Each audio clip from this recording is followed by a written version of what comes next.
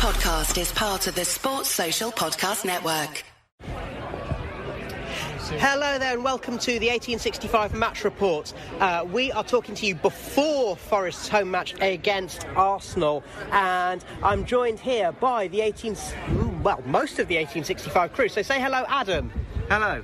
Say hello, Stephen. Hello. Say hello, Baz. Hello. And we're joined by Emilka as well. Hello. And we're not going to ask for score predictions because that's a dangerous game, but everyone, are we feeling confident today? Yeah. Sort of. Yeah. That range from to sort of to Emilka not wanting to put her cards on the table there. It's a glorious day. It's going to be a warm one. The sun is shining. Let's hope that Forest can get a result, and we will be back with you in just a minute or two.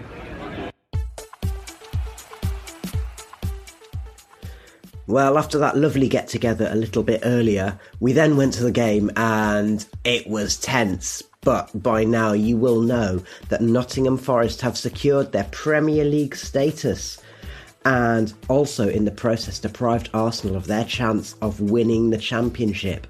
So, Baz, how do you feel after that? I mean, you mentioned earlier the word exhausted.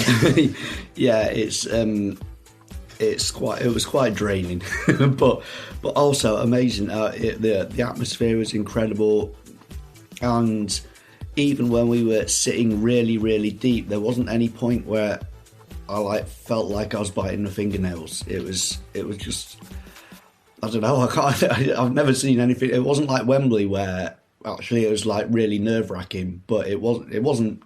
It was just intense. Well, actually, so it's funny you should say that. So I was actually thinking that there were parallels with Wembley a year ago, because it was a slender lead, it was a first half goal, it was a situation where Forest had to put in a rearguard action. But at the same time, like you said, Arsenal, I mean, the official stats show that Arsenal had 11 shots, 3 on target. I don't remember them having 11 shots. I don't remember at all. And yeah, we weren't feeling like we were in jeopardy or in peril, same as with the Huddersfield game a year ago. And then just to crown it off, we had the keeper going off injured right at the end. So I thought there were some real parallels. And then the other parallel being, I've never heard a full-time whistle like it at the City Ground but it was like the full-time whistle at Wembley. Yeah. It was just relief, jubilation, all of the emotions coming out in one big cheer, and it was quite an occasion. Let's go back to the start, because I have to say, the first 10 minutes of the match, Forest not only looked like they meant business, but also I don't think I've been going to the City Ground for over 30 years. I think that's the loudest I've ever heard it. This season, there's been like weeks where I've said that's the loudest I've ever heard it, and then 3 or 4 weeks later I'll be like, that's the loudest I've ever heard it. I mean, today I was sat in the Lower Trent, which is different for me, and I mean, yeah, the atmosphere was incredible. There was, it's very, very different to where I normally sit, but it was amazing. Just everyone was really up for it. There was no complaining about anything that was happening, apart from maybe some of the Arsenal players' shenanigans. It was just brilliant. And I mean, with the game itself, let's cover a few bits and pieces. So yeah, Forest started strong, and then after about 10 minutes, Arsenal did try and exert a little bit of pressure, and we saw Forest go into a bit of a rearguard action. So we haven't even done the teams yet, so let's just cover that. So Forest had Navas in goal, and then they had the expected lineup, which was the same as we had against Chelsea last week. So we had a back three of Worrell, Felipe and Niakate. We had Aurier and Lodi as wing-backs. Yates and Mangala sitting in midfield, with Gibbs White and Danilo forming the box ahead of them, and Taiwo playing up front. And I was slightly surprised that we didn't start with John as a home game, but it also made sense given the midfield that Arsenal could have Yeah, and Arsenal were trying something different, weren't they, today? So when we heard the actual team, it's like, well, what are they going to do here? Mm-hmm. So usually Ben White's been playing at right back with Jakub Kiwior as centre back alongside Gabriel. But actually what happened is that they put Kiwior at left back, White as a centre half, and then Partey playing as a right back / midfielder in a kind of Kyle Walker / Trent Alexander-Arnold kind of way. Maybe that's to try and make up for the fact that Zinchenko usually does that from the other flank. I thought it was an interesting kind of situation, but they seemed to abandon it about halfway through that first half because Partey seemed to end up playing more as an orthodox right back. And I don't know, was that a last throw of the dice from Mikel Arteta, do you think? I think so. I mean, I don't really follow what's going on at their club, but I think they would say, their injuries and whatever has caused them to do this. And I'd say that's the reason their title challenge fell away is because their squad isn't big enough for that end to compete against Man City. Well, maybe they needed to sign 29 players. I don't know. But I expected them to be strong in the first half and then us to be strong in the second half, and it didn't really work out like that. As you said, we started off going straight for them, and then it just turned into the next 10 minutes after that was basically tippy-tappy from them. I think they got hit the roof of the net or something at one point. Well, yeah, Gabriel Jesus had a header from a corner. So there were some dangerous moments. So Gabriel Jesus had a header from a corner. So Felipe, I think it was Yates or Felipe, inadvertently flicked it on. Jesus got his head to it at the back stick, and it kind of hit the top of the bar / roof of the net. Then the one that annoyed me was that they took a deep corner. So Saka took the corner from the right-hand side, and Trossard was standing on the edge of the 18-yard box with the freedom of Nottingham. Unfortunately for us, he got the shot wrong, and it went wide. But then a few minutes later, we let him do exactly the same thing again, and they just weren't picking him up. And that was causing a bit of angst, I think it's fair to say, amongst the home crowd, wasn't it? Yeah, but I think I would say actually beyond that, I was in the lower Trent and quite low down, so my perspective on things is quite different to what it normally is. But I think we soon picked up on that. There was much less of the normal this season's Nottingham Forest defending where we seem to go really, really well and then have a break in concentration and suddenly someone's left completely unmarked. After those bits with Trossard, I think we sort of got ourselves into gear a bit on that front. Also worth pointing out that from every corner that Arsenal had, there were what I can only describe as shenanigans in the box. There was a lot going on, and I mean, I think so. Yeah, so I mean, they had 6 corners, and each time there was all kinds going on in the box, and I just wasn't particularly impressed with the way in which these things were handled. To be perfectly honest, I thought that the referee was pretty soft all the way throughout the game. Now, although he did book Jesus for waving his arms about one time too many. Well, he did. But then he also booked Taiwo for what looked like being shoved to me. Taiwo's booking was very cheap, I thought. It was a situation whereby he was trying to receive the ball on the halfway line with Gabriel just behind him, and Taiwo put his arm out, but he didn't have his arm high, and I don't know if Gabriel stumbled into his arm or whatever, but Taiwo's arm made contact with his head. Fine.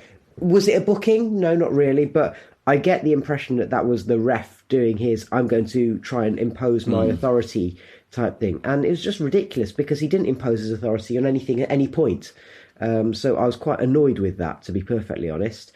And then there was also a booking for Niakate in the first half for time wasting. And that annoyed me because I didn't, although he'd kind of, obviously Niakate runs over to take throw-ins, long throw-ins. And there was a couple of times when the ref said, are you taking it? Okay, get on with it. But there's no point at which he kind of seemed to say, right, if you don't hurry up, then you're going to get a yellow card. And when he did get the yellow card, Musa was actually trying to confirm with the linesman where he should be taking the throw from. But by then, the ref had shown the yellow card. I had no idea what that booking was for. Well, and then the other thing that's worth pointing out is in the second half. Worth pointing out that Gabriel Jesus, he went down in the box. It would have been the softest penalty you've ever seen.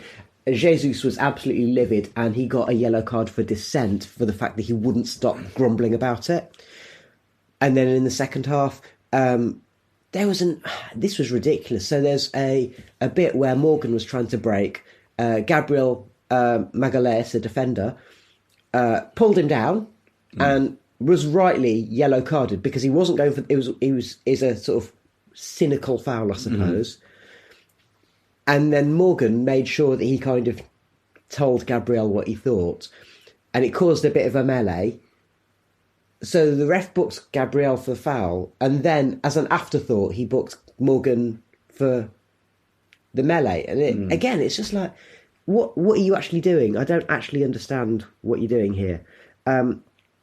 Those kinds of things are annoying, aren't they? Yeah, and the refs went off to, and the linesman went off to it. Chan, if you don't know what you're doing at half time as well, I remember that.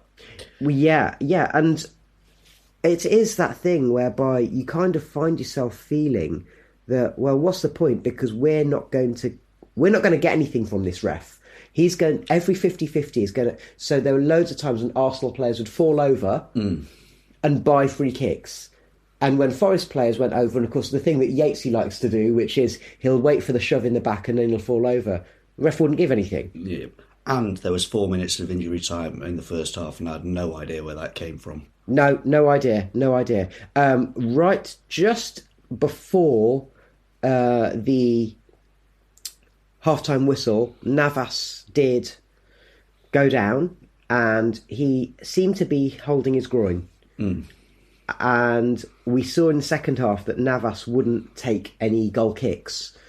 So he was obviously actually injured. But yeah, that was maybe a minute and a half. I have no idea where the rest of the stoppage time came from. The celebration and the VAR check for the goal didn't take so long. So Lord knows where that came from. But anyway, we're ending up having a moan about what should be a jubilant day. And actually, the referee got the chance and stuff, and Arsenal were quite annoying in the way they went about their business. But actually, there wasn't much to moan about in the game. Okay, so let's talk about something positive. Forest scored after 19 minutes. Talk us through the goal. So Odegaard, who arguably has been their player of the season, just lamely plays the ball backwards straight into the path of Morgan Gibbs-White. As soon as he received it, I thought he's going to do something here, and he puts his head down, goes on the charge. They've got two defenders back, and you've got Taiwo on the right and Danilo on the left in front of Morgan Gibbs-White, who's charging down the centre at these two defenders. He plays the ball out to Taiwo, and it's quite close between him and, I can't remember, was it Gabriel? Gabriel, yeah. The defender. So Gabriel leaps in, gets the ball off Taiwo's feet, but only pushes it. And obviously, I've seen this on the replay now. At the time, you couldn't even see what was going on. It happened so fast. But he pushes it onto Taiwo's shin, and it basically bounces over Ramsdale into the net. And what I liked about that, having seen the replay, is it reminds me of, so that's this is the last home game of the season, and his first game, his first goal he scored was also, it just bounced in off his shin.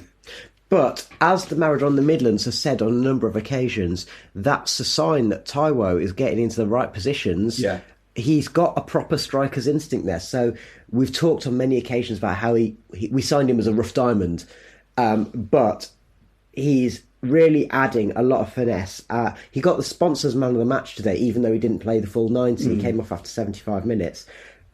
He covered a huge amount of ground. Did a lot of work. And again, it's one of those where their centre-backs didn't know how to deal with him, because you say finesse, but he is quite clumsy in the way he moves, and so they don't know what to do with him. because of that. He's not a traditional sort of like off the shoulder or whatever type of striker. He's not your big target man or anything like that. They don't know how to deal with him. Well, and that's true. But all of that comes from hard work, doesn't it? Definitely. And he never stopped and that's why he can't play for 90 minutes, is because he's a big lad. He runs so hard. And I would also say that I would say the same about Morgan Gibbs-White, who never stopped today. No. And he got Sky's man of the match, and he was one of my man of the match contenders. Taiwo's on double figures now, so bearing in mind that a couple of those have bounced off his shin, again, those are good signs for a number 9, aren't they? It's what you want, isn't it? So, like when you... Well, I mean, they all count, ultimately. It doesn't matter if it just bounces in off your arse. And most of the time, if you're doing that consistently, then you must be doing something right. Well, absolutely. And I would also just throw in there that... I mean, with the goal, and you've seen the replay, which kind of confirms that Gabriel's tackle kind of hit Taiwo on the shin. What I would also say, though, is that at first glance, I was going, that's an amazing finish, because it looked like he was about to pull the trigger, just waited for Ramsdale to come, and then delayed his shot, and then passed it under him into the net, where it's slightly more fortuitous than that. But the fact that he didn't pull the trigger early, which is the kind of thing, that's where you kind of have that feeling, or we snatched at it and missed the chance. So again, that potentially is a sign of greater composure. Yeah, I might be clutching at straws there. I don't know. I'd say, like, if you think of Brennan at the start of the season, he was doing that. He was shooting too early when he could have taken it a bit further, and that's a sign of him not being used to the league. So for Taiwo, to be able to have that composure and have that patience and to find the right moment is a good sign. Okay. So, also in the first half, so we've talked about the bookings, we've talked about Navas's injury, we've talked about the goal, and let's also, we've talked about the referee. So the other thing to mention in the first half is that when it came to performances, Forest did actually, we talked about the shape and the formation. What was really nice to see is that when Forest were defending, Gibbs-White and Danilo basically dropped into a flat midfield 4. And when they were attacking, then they did push forward and create that box in midfield. I would also like to preempt what we're going to say about the second half by saying that today, I thought the 3 centre-backs were absolutely fantastic. Yeah, absolutely. Definitely. I said earlier that there wasn't any complaining. There was one bloke complaining about Joe Worrell, and he did something... the second half, he managed to shuttle the ball out of play, and he said that's the best thing Joe Worrell's done, or something like that. And I was like, what have you been watching? Because the 3 of them, as I said... apart from those sort of early moments, there weren't. I didn't feel like there were any of those lapses in concentration that we seem to get from our defence. Yeah, I think there was just one moment early in the second half where the ball was coming through the left-hand side of the Forest midfield, and both Mangala and Niakato were a little bit slow. But I think that was also the speed of movement that Arsenal have. So in the second half, Forest did actually probably have the better chances, I would argue. So after a Gibbs-White delivery, Felipe, who was up for the set piece, the ball came back to him from a right-footed cross from Renan Lodi, who for some reason was down by the byline on that side. And Felipe had his shot deflected wide. And then there was also an effort where Saka got in at the far post. Navas saved it at his near post, but it was a routine save for the keeper. There was a few question marks over offside, but there was no real worry about that. Jorginho had a speculative effort, and then as the game went on, well, Actually, you know what? Forest looked maybe a bit more likely. So Ben White gave the ball away, and Morgan Gibbs-White cut inside. His first touch tried to take him round the keeper, but the angle was too narrow, so he ended up putting into side netting. I think he'll be a bit disappointed with himself for that, don't you? But then there was his next effort, which... So let's... before we come on to that, let's talk about substitutions, because Arsenal did make some changes. They put on Nketiah and Tierney, and it made me wonder why they were playing Kiwior as centre-half at left-back, because Tierney caused some real problems with his pace. And basically he just had a sprinting race with Serge Aurier and won pretty much every one of them, didn't he? Yeah, and I wouldn't say they looked more threatening, but they definitely...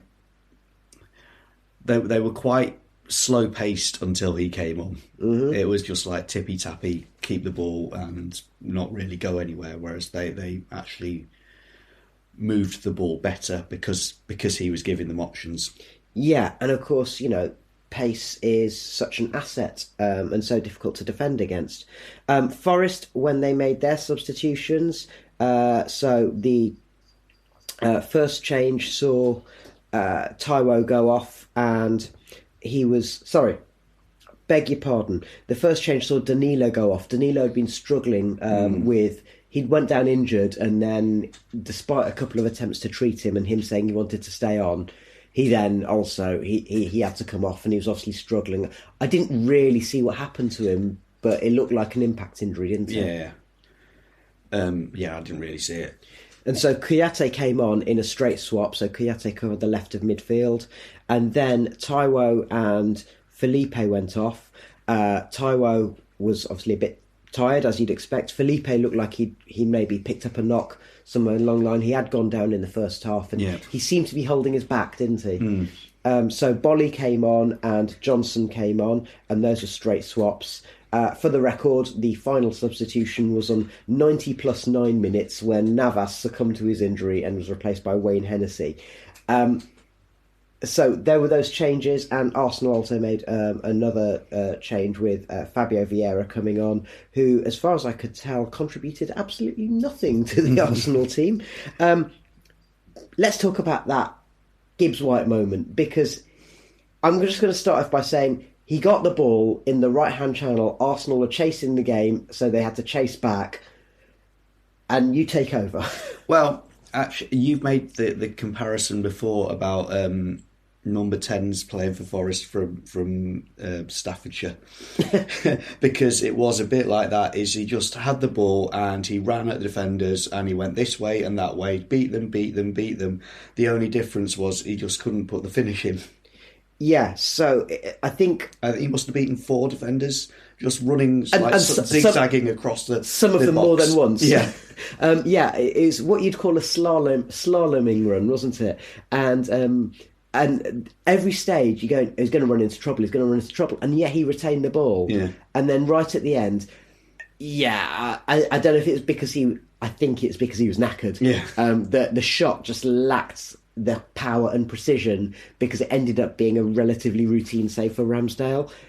Just about a minute after that, Morgan then went for a challenge down near the B block, and he celebrated winning that challenge from putting the ball out for a throw-in as if he'd just won the league. So, and Steve Hodge said on the radio afterwards, well, you know what, that's probably because when you know your legs are going, you get every single ounce of energy. And so by geeing up the crowd, it gives you that power to keep going. And actually, a lot of the players were doing that today. Aurier did it, Yates did it, Lodi did it, Kouyaté did it, Felipe did it. Yeah, and not for the first time recently, we're talking about how Forest fans were actually able to be the 12th man. And we have a lot to be proud of there, don't we? Mm-hmm. So, come Hennessy's moment, he comes on, he gets a drop ball because Navas has gone down when the ball's in play. He picks the ball up, he hoofs it upfield, and straight away the ref, after 9 minutes of stoppage time, blows the whistle. And as we've said, never heard a noise like that at the City Ground at a full-time whistle. Arsenal had lost the title, Forest was safe. Happy days. The 1865 Match Report. You're listening to 1865, the Nottingham Forest podcast. Hi, this is Callum with the 1865 news. I think the biggest piece of news to come out of the City Ground this week is Felipe's hair, of course. He took that top knot off, he took the man bun off, and he's still looking elegant. We had George Shelvey extend his contract this week, so congratulations to him, great news. And we had some exits as well. So we've had Will Swan, who has permanently moved to Mansfield after his loan spell there, so good luck to him. And then we had the sad news that Jack Colback will be leaving at the end of the season after some years at Forest, a couple of loan spells and a permanent move, a makeshift season at left back to get us up to the Premier League. And he's seen quite a lot, so good luck to him, and thank you so much for everything. But yeah, and Forest are staying in the Premier League, so relax, enjoy, and I'll be back with the news soon. Cheers. Thank you very much, Callum. Welcome back to the 1865 Match Report. Baz, we've talked about the game, and as listeners will have noticed, we're a little bit muddled up, aren't we? It's been a day of high emotion and high drama. Did you ever expect, given the way that the last third of the season has gone, did you ever expect we'd be celebrating safety on 37 points with a match still to spare? No, to be honest. I can remember at the start of the season we said, yep, I'll happily take 17th with just on goal difference. And then we got to that point where we weren't ravaged by injuries and we got up to 13th or whatever. Mm-hmm. And then the slide happened as all the injuries hit again. And at its worst, and it was not long ago, like 6 weeks ago, something like that. Not even that. Yeah, 37 points. That seemed like an astronomical figure. It really did. It really did. So let's just talk about the table. So on 15th position at the time of recording, West Ham are on 37 points, but they've got an extra game in hand because they play later this weekend. Forest are in 16th, 37 points from 37 games. In your debut Premier League season, well, not debut, but in your first Premier League season after 23 years, I'll take that. Yeah, absolutely. I'll take that. Our goal difference is down to minus 30. So we no longer have the worst goal difference in the division. In fact, we've only got the third worst goal difference in the division. Everton are the next team. They are 4 points behind us. 37 played, 33 points. And then currently, at the time of recording, the relegation places Leeds, 31 points from 36 games, Leicester, 30 points from 36 games. And, of course, we know that Southampton had already succumbed to the drop on 24 points on 36 games. I mean, we'd always said, hadn't we? Like, on this podcast, with the possible exception of Stephen right at the very start of the season, we've always been realistic that 17th would be a victory, haven't we? Mm-hmm. We signed too many players, but actually we've needed most of them because of the injury crisis. We are going to reflect, obviously, on all of this in a huge amount more detail as the season comes to an end. But I want you to give me your thoughts on Steve Cooper. I think, obviously, with the way Manchester City demolished Real Madrid the other day, Pep Guardiola has this thing as being the greatest manager in the world, the greatest coach in the world. But what Steve Cooper has done, he took a team that looked destined for relegation and got them promoted from the Championship without really changing the players. And this was a set of players who had effectively been mid-table in the Championship for 10 years. Mm-hmm. And he got them promoted. And then he took an entirely new team got them to gel and play together, and then managed to stick them back together when more players disrupted it and injuries disrupted it. I think what he's done is incredible. It's like there must be something about the way he does his job that's totally different to everyone else, because I can't really think of many managers who could do that. No, absolutely. Colin is the only one. Well, earlier today, you and I were you telling me a Neil Warnock anecdote about his man management skills. And this is the thing, Cooper has got, obviously, exceptional man management skills. You look at the way that the players hug him. Yeah. It's like father-son relationships, isn't it? Mm-hmm. There's a real warmth there. You look at the fact that tactically he tried things and was found wanting, but he didn't panic about it. And in fact, this is something that was reflected upon in his post-match interviews with both Sky and Radio Nottingham. So he was saying, if I'm honest, I'm really proud, I'm really pleased. If I'm honest, it gives us a chance to keep building. I know how much work needs to continue at the football club. We've had to catch up with so many things since we got promoted. Everyone knows about what went on in terms of how we put the squad together and the injuries we got. And he says, also, it's dealing with the hard times that defines you. This is my 4th season. My first 3 seasons, I won a lot of games. And I remember thinking or realising that this season that wasn't going to happen. I was going to lose a lot.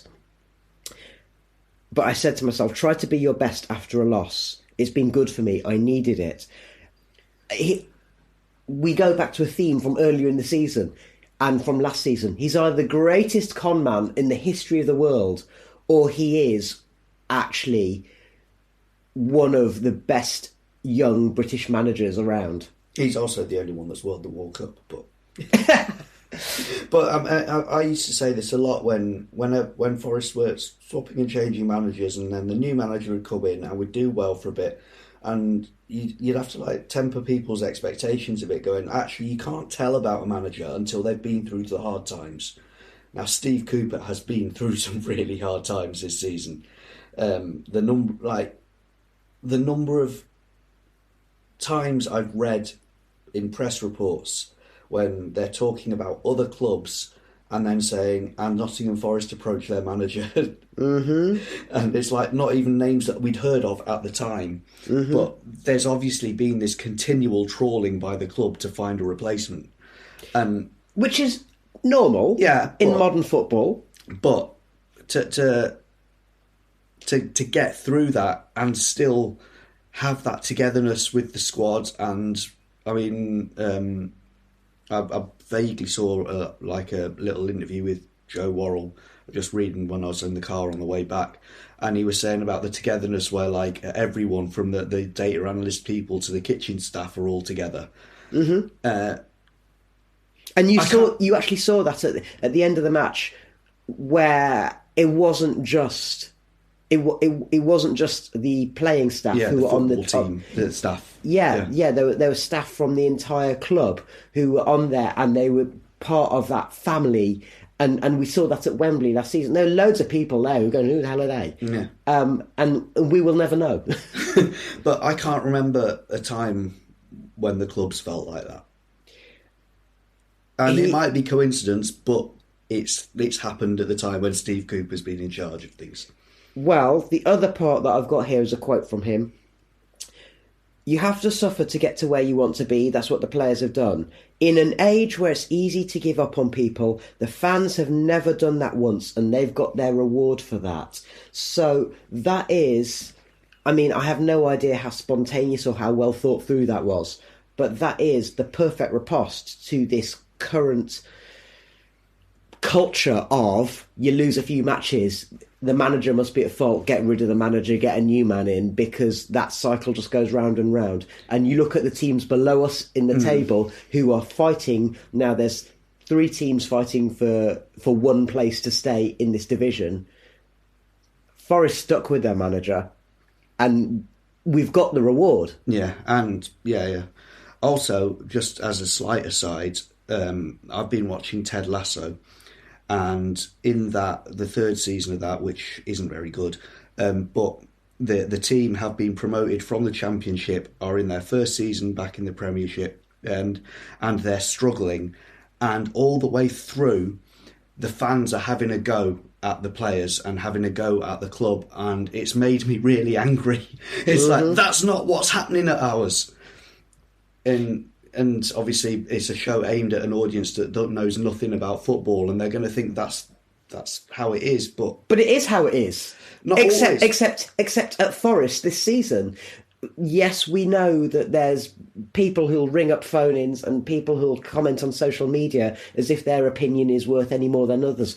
That's always happened, and now with social media it's very visible. But at the ground, at the City Ground, the atmosphere has been so united behind the players and the manager, and that's one of the reasons why the manager has stayed in post, because Evangelos Marinakis, for all that he's somebody who likes to, shake things up and change things about, I've said this before and I'm going to stick with it. He realised that Steve Cooper is the glue that holds the club and the fans together, and there's way more to lose than just changing manager if he did that. Yeah. He knows who he has to keep on side. And can we, just to finish off, can we safely say that Steve Cooper is the greatest Forest manager for a generation? Definitely.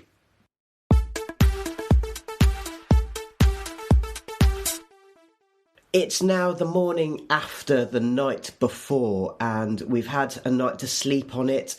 The adrenaline levels are still pretty high. I'm joined by Emilka, and we just want to have a little think about a few things that we talked about last night. Baz and I had recorded our match report very much straight after getting home, and so there's a few things that we wanted to reflect upon this morning. So, Emilka, the first thing is, you did have to miss out on the playoffs last season.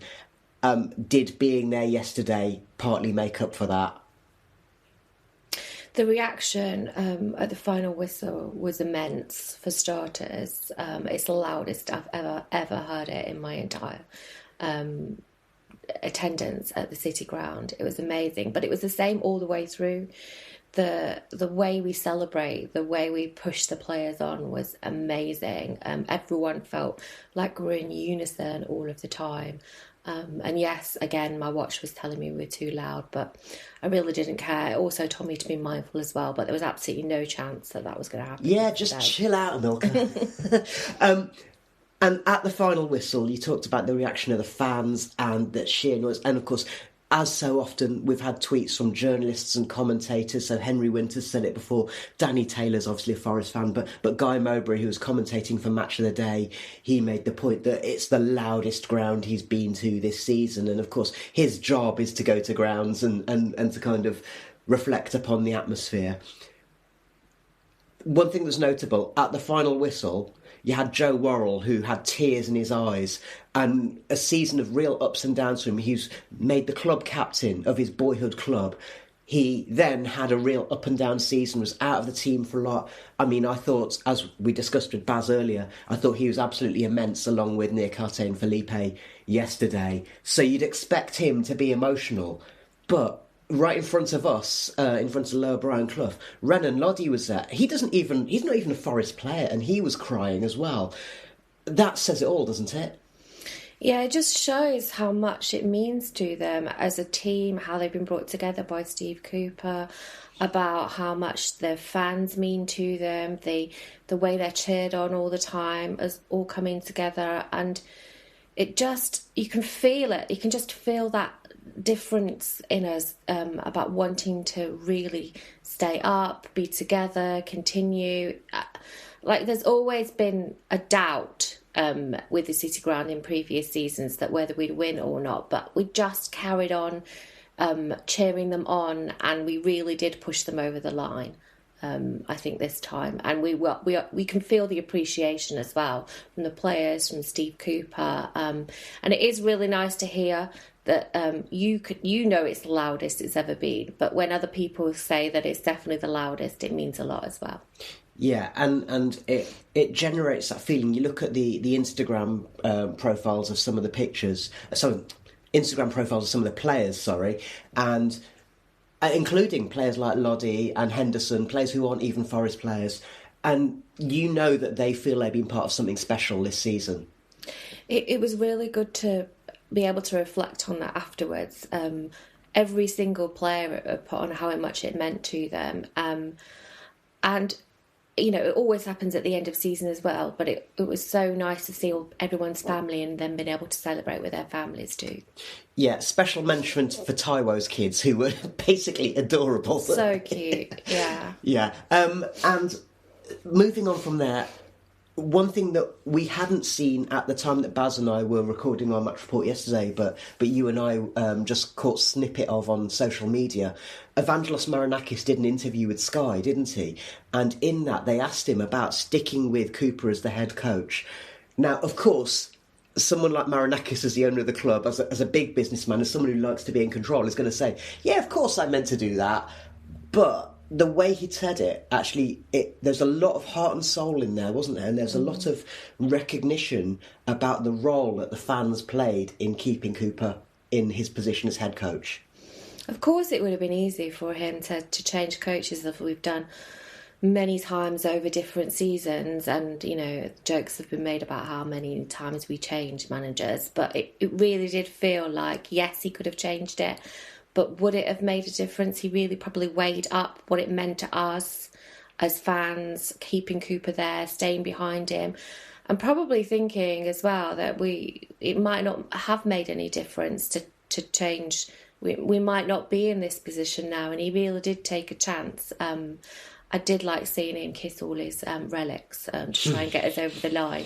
It may have helped, it may not, but hey, try everything, I say. Everything helps, doesn't it? And speaking of helpers, one thing that has been a feature, and Callum referred to it in his news roundup.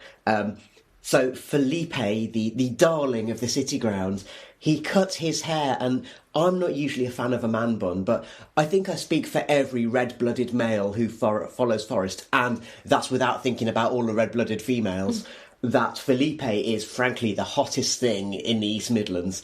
And even cutting his hair, he's still, you know, we were worried it would have a Samson effect, the fact he did it before the end of the season when there's so much in the balance. I think a special mention for when the players took a quick drinks break when the ball had gone out of play, and Felipe did what you described as a Diet Coke moment. I think it all kept us all going in that moment, but I think our heart rates probably went up slightly more than they were even before. I told the person next to me I thought I was going to have a heart attack, not just at that moment, but all the way through the game.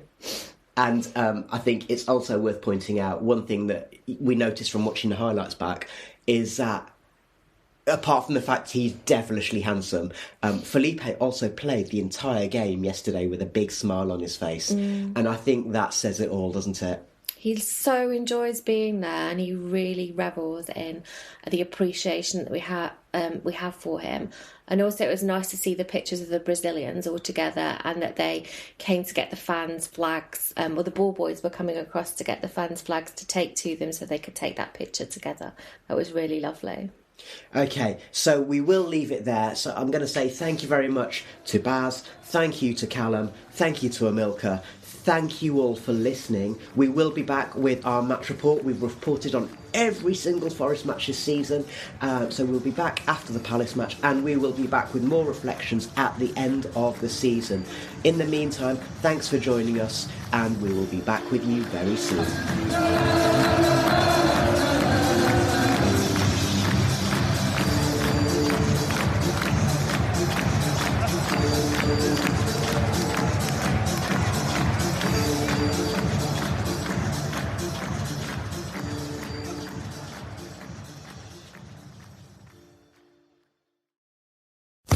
Sports Social Podcast Network.